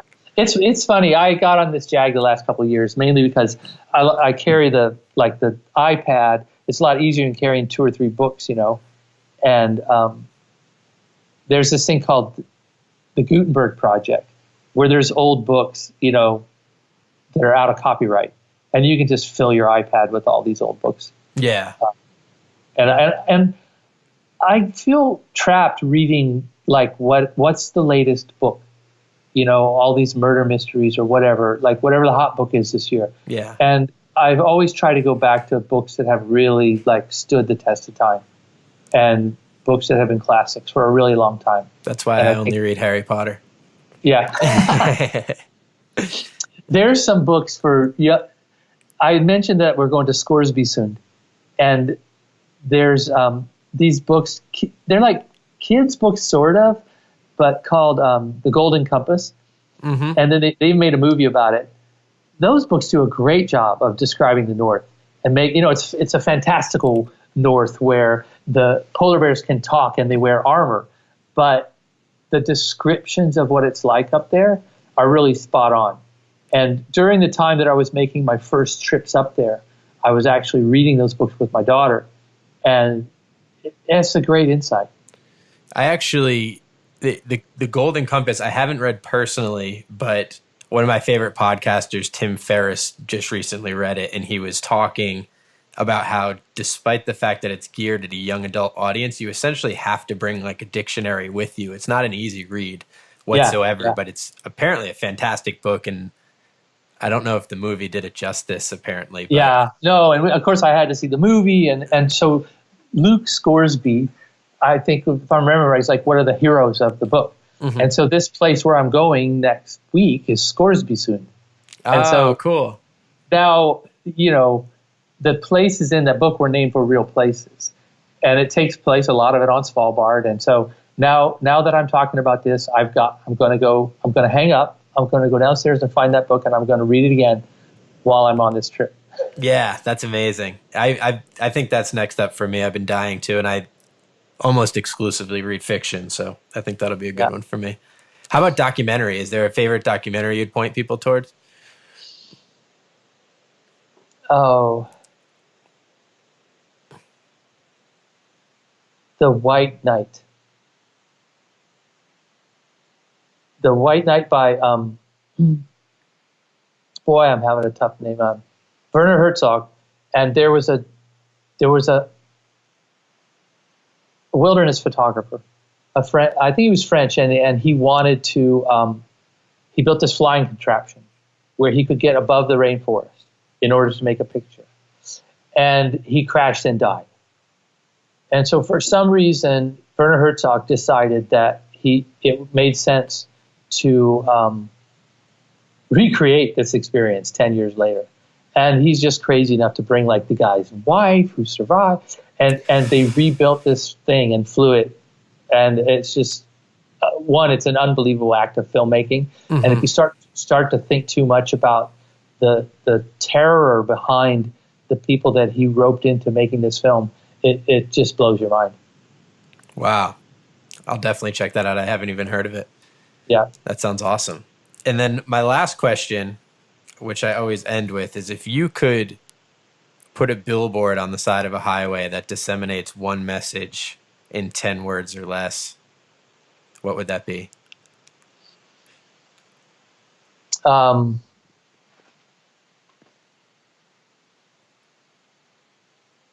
This is going to sound trite, but it's like, this is an amazing world we have, and it's our job to take care of it. It's not just about the animals or the climate. It's like each other. We're all in this together, and I think there's so many ways that you try to be nice or thoughtful or helpful to the others and the planet. I think that's a really good point, and something that is often lost, especially in this time. And maybe not lost, but it's always important to remind people of the importance of. Well, awesome. That was great. Yeah. And all right. I'm going to link to everything, website, Instagram, anywhere else that I should point people towards to keep an eye out for your work. Instagram is always the most current. My website, they can check that out. I'm afraid that there's like stuff I've done this past year that's not even on there. So I need to update that. But Instagram is where most of the new stuff goes. Awesome. Well, I have a set of notes in front of me, and I'm looking at it now, and I think I got to maybe 15 to 20% of what I wanted to ask you about. So I'm really excited to share this podcast. It was really interesting, but I think that means maybe at some point we'll have to get together again, because I could keep going for years with you. Okay. I think all right. I really, really appreciate you taking the time. Again, I'm a huge fan. For everybody else listening, please check out Dan's work. I'll link it in the show notes. And until next time, be wild. Thank you so much for listening. I honestly cannot express how much I appreciate you taking the time. For all information regarding this episode's guest, social channels, books, how you can support, etc., please check out our show notes.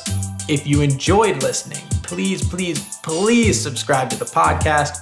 We are everywhere that you can find podcasts. Subscribe to Escape the Zoo on YouTube, follow Escape the Zoo on Instagram, like Escape the Zoo on Facebook, and please share with your friends. It honestly goes so far and means so much to me. And lastly, if you'd like to be emailed with each new podcast and any other major Escape the Zoo updates, visit escapethezoo.tv and sign up for our email list. Thank you.